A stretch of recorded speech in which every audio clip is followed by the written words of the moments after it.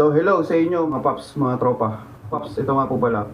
Nagawa tayo ng DIY chin mount para sa mga extra natin parts kung paano ba ginagamit ito. So ito yung helmet ko, spider helmet, arrow. Siya. Pag nagawa mo na siya, ganyan siya. Walang alog mga paps. Walang alog. Ihigpitan mo siya talaga dito. Diba? Walang alog yan. Mga paps, sa mga kailangan natin ngayon, kailangan natin curve mount. Curve mount. Ito, curve mount. J-hook buckle ang tawag dito. Korte siyang J kasi J-hook siyang tawag dito. J-hook buckle, mga paps. Ito ang kailangan natin para sa DIY natin. Tsaka dalawang strap. Dalawang strap. First step, ito, tsaka itong strap. Ito yung pang-mount natin eh. Yan. Idudulo mo lang siya dito. Ganyan ha. Yan. Dulo nito. Para ito yung magiging lock nyo. Tapos, ipit mo siya mabuti.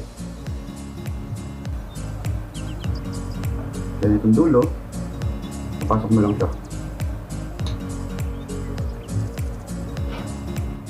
Yan. Diba? Ipit mo todo. Ipit mo lang todo. Ipit mo lang siya. Nakita niyo ba? Yan. So wala pa siyang, parang wala pa siyang 5 minutes gawin mga boss. Napakadali lang yung gawin talaga. Yan lang. Secure nyo mabuti mga paps. Yeah. Tapos na siya. In a few minutes lang. Makagawa na tayo ng DIY ChinMount helmet. Yan. Kabit nyo na sa helmet. Ito yung helmet ko. Nakita nyo yan.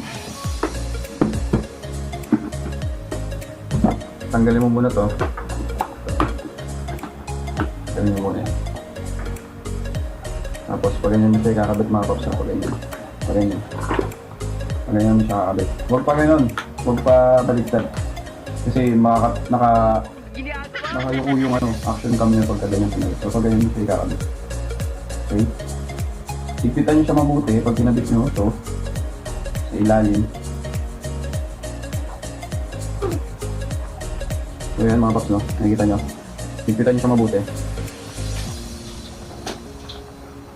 Yan. Nakakabit na siya. Ganyan lang siya kasimple, paps. DIY chin helmet.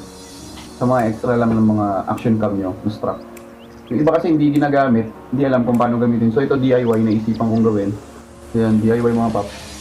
Yung review na ito kung maganda ba talaga, tsaka safe ba siya.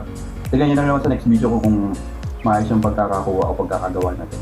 So salamat sa panonood, sana nakatulong ako sa inyo.